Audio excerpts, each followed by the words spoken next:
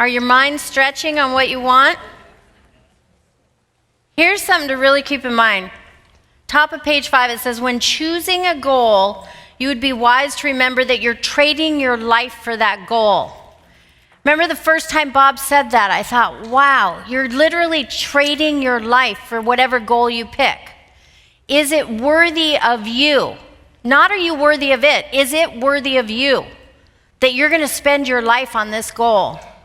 Now, the house and the story I told you there, that was incredibly powerful. And I wanted to do that because I wanted to see that I could get myself to stretch so huge. I remember one time my dad said to me, is it really that important to get a house? You know, when I was trying to tell him the importance of this. And it wasn't the house. It's who I had to become in the process of getting the house.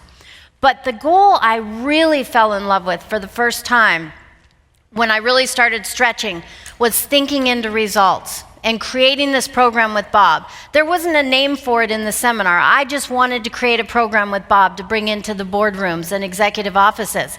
And I came up with a name shortly after that, Thinking into Results.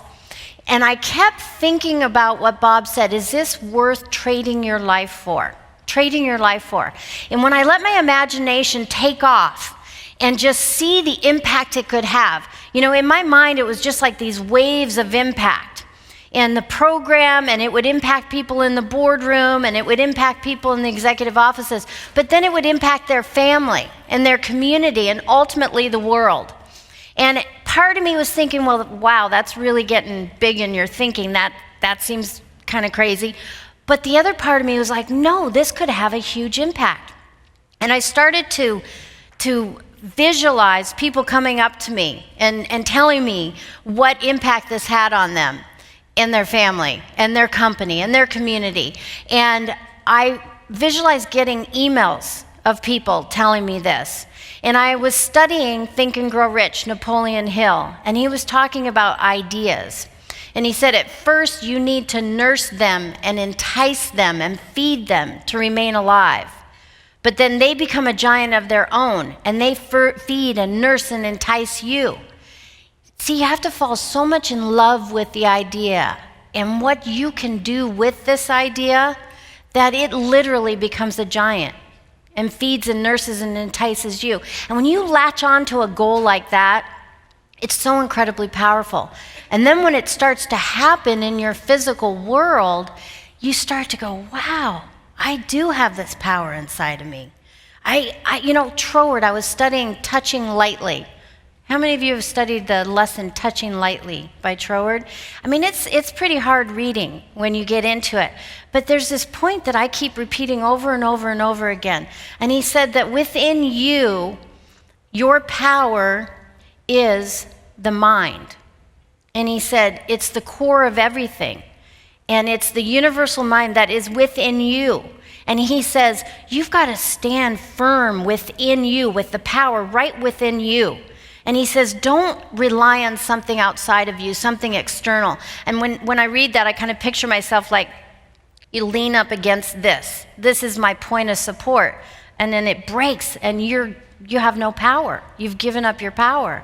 But if you recognize the power within you and how you are working with the universal mind, you're working with the laws, you're working in harmony with it. There is an energy that is flowing to and through you all the time. Bob talked right at the beginning about what we're doing with goal creation is we are moving and changing energy. Now, when he first said that, I had no clue what he was talking about. But we are moving, we're shaping energy. It's undifferentiated as it's going to and through us. And it's our goal that is going to shape it for us. We take that, we manipulate it, we move it, and that creates the results in our life. So what is the goal? That's how you're differentiating this unlimited power and energy. Is it worth trading your life for? When you think about your goal and you think about you've already achieved your goal, what are the results that it's created? See, when I fell in love with that idea of thinking into results and just seeing the impact it could have on people, that just set something on fire within me. And I just kept falling more and more in love with the idea. we ended up forming a company just for purposes of creating the program. And I came up with an affirmation. I'm so happy and grateful now that we're making millions in Life Success Corporate. That was the name of the company we formed. As we help executives, entrepreneurs, and employees worldwide connect to their higher side and lead more productive, fulfilling, and enriching lives. Now, for me, that was just a beautiful feeling inside. And I would say it over and over, and I'd really connect with it. What is your affirmation? What is your goal? And like we just said and we just read, it doesn't matter what anybody else thinks you should be doing. It doesn't even matter if you think you have the experience and the talent and ability to do it. If you fall in love with it, you have it. You have what it takes right here, right now. So you're trading your life for it. What is it you're trading your life for? You know that your life is not a practice run. This is it. Beautiful cars, houses, vacations, probably on everybody's shopping list. But I have not met any person who would trade their life for any one of those things. You have infinite potential. There's no one alive who can accurately guess at what you're capable of accomplishing, regardless of the conditions or circumstances that may be presently affecting your life. I suggest you mentally set aside any feeling of lack or limitation and attempt to follow the instructions that I'm about to share with you. There's a real possibility that by doing this, your life will never be the same again. But only you can latch on to that big goal that's going to make all this changes in your life. Do you guys have a big goal? Do you think you've latched on to your big goal? Yeah? Do you want to share what it is? You don't have to, because remember, I slammed the book shut and wouldn't let anybody see my goal. My goal was to be an animator. An animator? To animate cartoons. Mm-hmm. Is that still your goal? Yes, ma'am. Yeah? And tell me something specific about it. You want to animate cartoons. I want to be in charge of animating and creating, having like being in control of the entire creation process. Oh, yeah. Do I need to speak louder? Speak up. Okay. My goal was to have control over an entire creation process over a cartoon that everyone would be able to enjoy watching and would choose to spend time with and watching this. And because of that, I want to be able to put a lot of ethical, moral, or just lessons within it. Are you involved in that now? I've made a plan. I've been looking for animation colleges, schools. I've joined a imaginative writing class and a drawing class in order to help further the process into getting to Have you put a date on it? Yes, actually. When's the date? October 23rd, 2023. 2023? So how many years is that? 3, I believe. No. 4 years. 4 years. Why do you need 4 years? 3 for education in college, and the next one to actually get into the company. Mm-hmm. You might want to shorten that time span. All right. Seriously, make it more like now. You got to get into it now. Think of something that you could do now that would get you involved in that. Does that make sense? Yes. Now, how do you feel when you see this is already happening in your life? How does that make you feel? Accomplished? Mm-hmm. Do you feel a big switch? Are you in love with it? Yes. Although I would like to be writing books on the side. You want to write books on the side? Yeah. Okay. So keep expanding that. All right? Okay. Who else feels like you've latched on to your seagull? What? Sandy, this next part is covering what you're looking at there. Hill said the imagination is literally the workshop wherein are fashioned all plans created by us. So you put your imagination to work. You create that position now. Live it now. Don't make it in the future. It's always present tense. Whenever you're dealing with your goal, you're dealing with present tense, not the future. There isn't any future. That's an illusion. You're always dealing in now. Now that may sound totally out of the box. That's still right. He said the imagination is the most marvelous, miraculous, inconceivably powerful force the world has ever known. And we've got it to go to work for us. We're the only form of life we know that has an imagination. See, all the other little creatures I often mention are completely at home in their environment. They blend in. We're not at home in our environment. We're totally disoriented in our environment. And that's because we have been given the creative faculties to create our own environment. If we're just going to go along with everything that's always been, that's where we're going to stay. We've got to create something new. We've got to go where no one's ever been. That's what we're designed to do. Just think of some of your early history classes as little kids in school. And then look at the world you live in today. You don't even have to go back. Just look at the last 10 years. Stop and think of what this little thing is. We call it a phone. I think the phone's the smallest part of it. Think of what this will do. I can take your picture here, hit send, and it'll be on someone else's computer on the other side of the world simultaneously with me hitting it. How did that happen? That's always been able to happen. We just weren't aware of how to do it. Well, you know, it's people that use their imagination that really get locked into this that make those things happen.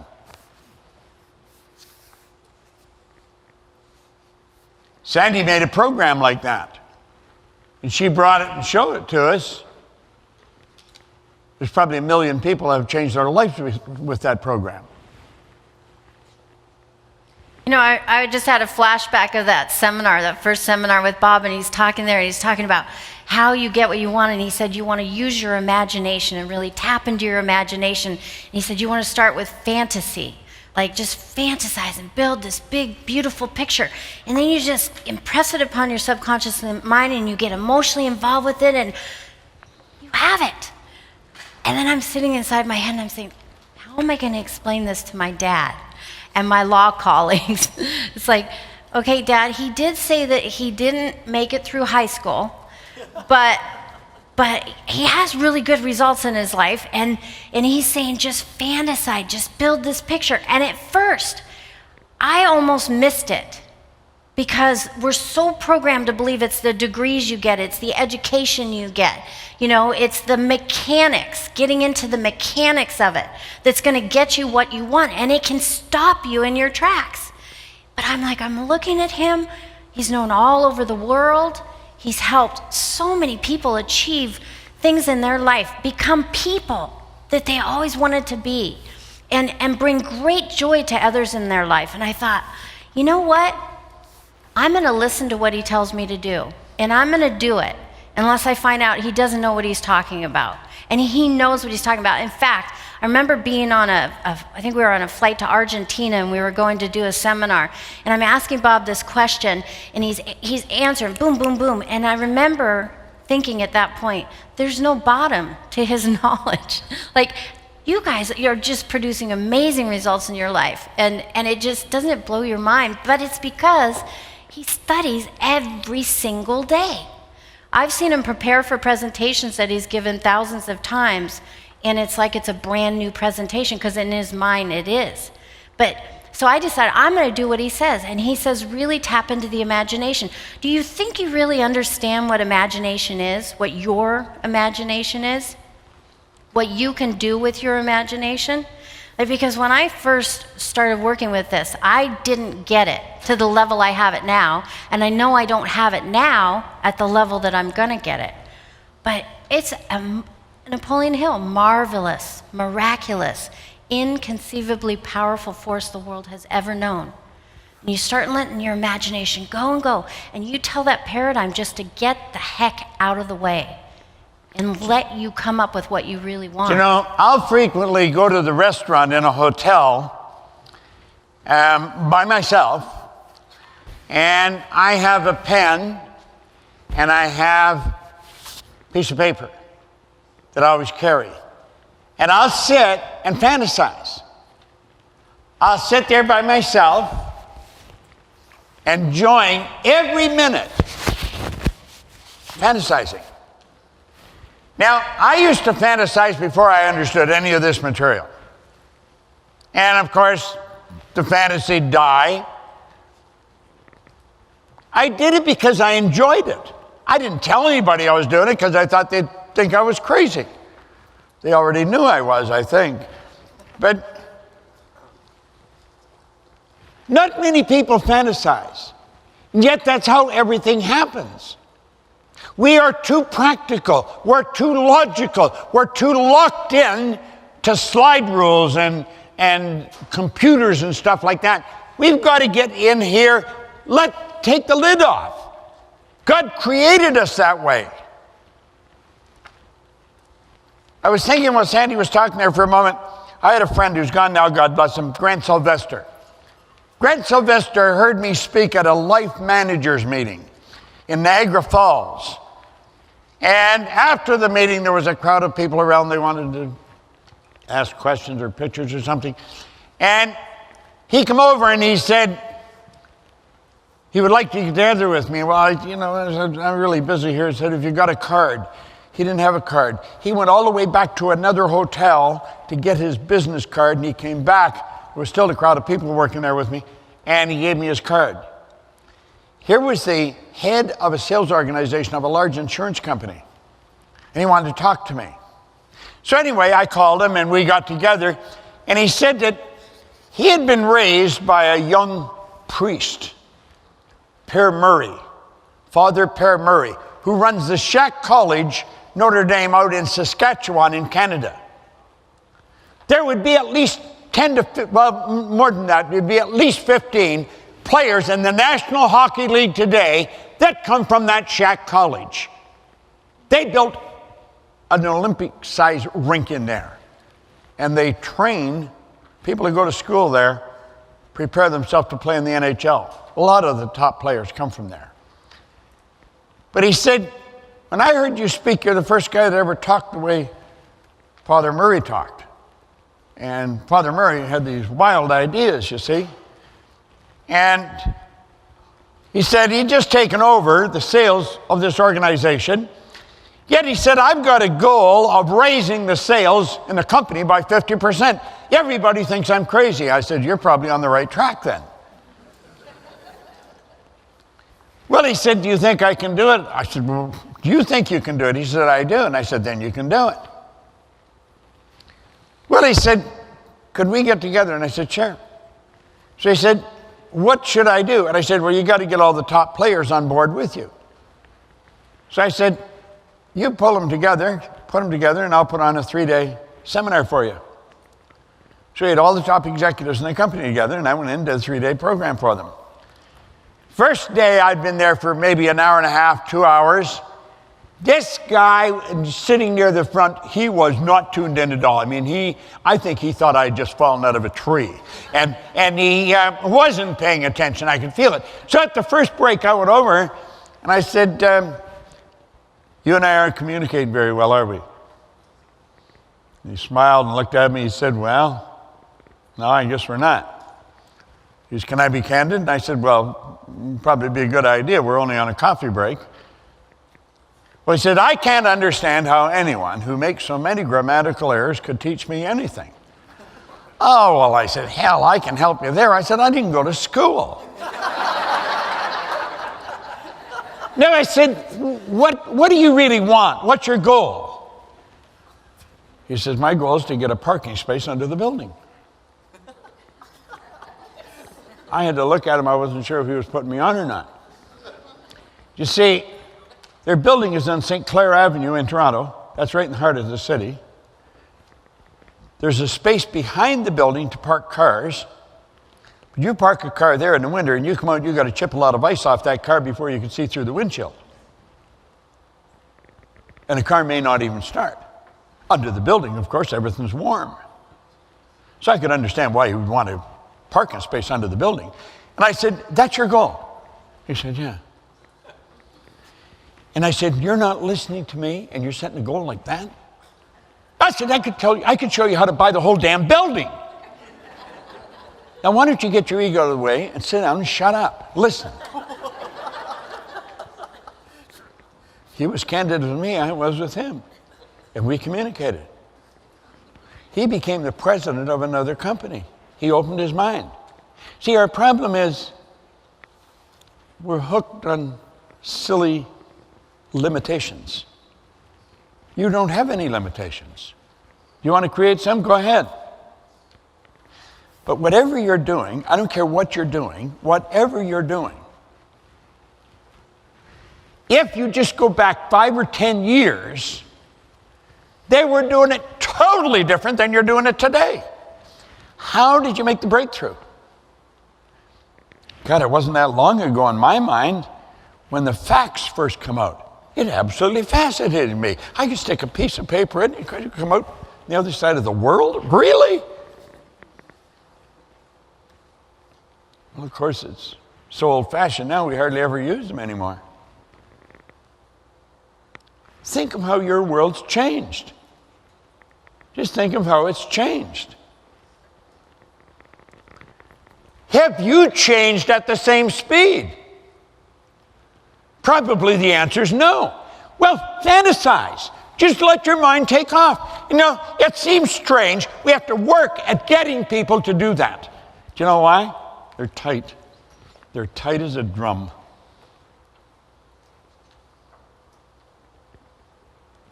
I didn't have any trouble building an image. I could see myself dealing with people all over the world. Literally. Do you know, today at 11:30, I did a call with one of our people. She had sent me a Zoom link. And my computer, for whatever reason, I couldn't go online. I was online, but I would hit the thing that would take me. It wouldn't go there. So I couldn't get into my mail to get the link.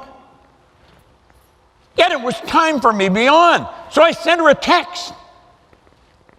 And she said, I'll send you a link, get on your phone. I'd never done this on my phone. So I said, okay. So I got the link but I didn't have Zoom on my phone. So meanwhile, she's talking to somebody, sending me a message, and I got a link. I downloaded the thing. This all happened in a 2 or 3 minute period. And then bang, I'm sitting on the phone talking to these people all over the world. This is 2019. It's almost 2020. I was born in 1934. Now, I know when you hear that, you're probably wondering, you're still alive? Now, listen. The changes that I've seen in my lifetime boggle the mind. But I do know, if you will put your imagination to work, yet you stay with us here for 2 or 3 days, you'll walk out the door a totally different person. And when you go home, they're going to wonder, what the hell happened to you? They won't recognize you. I mentioned Keith and Wendy Detta. I remember, and I'll take the liberty of telling you this, he had to come up with $1 million in 90 days over and above everything else that he was doing. Now that's a fair amount of change in 90 days. And he had all kinds of other obligations. But you see, he had played around with this information enough. He says, I know I can, I just don't know how. And 90 days later, he had the $1 million. I phoned Peggy one day down in Ottawa. And she said, Denny and I were thinking of buying a house, but it was $1 million more than we wanted to pay. And I said, make the $1 million look small. She says, what? I said, make it look small. Well, geez, within a couple of hours, I had a book cover on my email, make $1 million look small. It was a good-looking book cover, too. She turned the idea into a book in her mind. Then a couple hours later, she said, why don't you and I marry Morrissey, and we'll get Gay Hendricks. Yeah, the 4 of us will put on a seminar, make $1 million look small. And we made $1 million one weekend. Helping other people make $1 million look small. and changed some lives in that program. You don't know what you're capable of doing. You haven't got the foggiest idea what you're capable of doing. None of us have. The beautiful truth is, we've been given an imagination. It's the most marvelous tool we've got. Do you know nothing is created or destroyed? You know what your imagination will do? It'll take you to places that no one's ever been. That's right. It will take you to places that no one's ever been.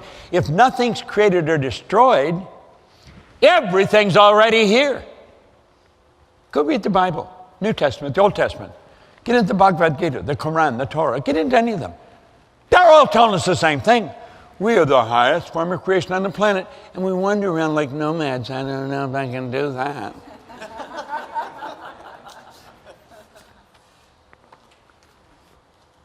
See, it's not a matter of can we, do we want to?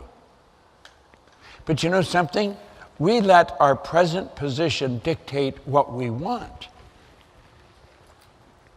If we don't have the finance, we'll say, well, I don't want that. That's a lie. You do want it, you just don't have the money. That's why I told Sandy, I said, never look at the price tag on something. Never until you decide you're going to get it. I tell a story in Bourne Ranch about John and Pat Swanton. They wanted to buy a house, and they were very upset. They were upset because they didn't know what they wanted. And I said, what do you really want? Well, they wanted to buy a house, and I said, well, go buy one. They said, we can't buy a house, we don't have any money. I said, you don't need any money. They said, what do you mean we don't need any money? I said, you haven't made a decision to buy the house. What the hell do you need the money for? See, until you make the decision to buy the house, you don't need the money. And they looked at me. I don't think they really understood me at first. I phoned Natalie Kopman, who worked around the corner from where we were. She worked for Harvey Keller's Real Estate, and I said, Natalie, I got a couple of live ones here. They want to buy a house and they haven't got any money. Come on over and see them. Well, Natalie had been through the program. She had studied my stuff for quite a while. So she sat down and she said, totally relax. You got a picture of the kind of house you'd like to live in. Tell me what it looks like. Do you know, within 2 months, they were living in number 7 Bard's Walkway. They sold the house sometime later, picked up a $50,000 profit. Brian, my son, who opened up here today, he bought that house. Not from them, but he bought it from somebody else. He lived in it for a while and sold it for a nice profit. It's not what can you afford, it's what you want. It's not what you know how to do, it's what you want. You don't let the fact you don't know how to do it stop you. You don't let the fact that you haven't got any money stop you. Now, I know the people that you're living with or the people you're around, they will think you're a little cuckoo. But so what?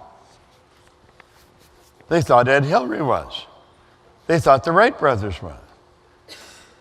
They thought Henry Ford was. They thought Edison was.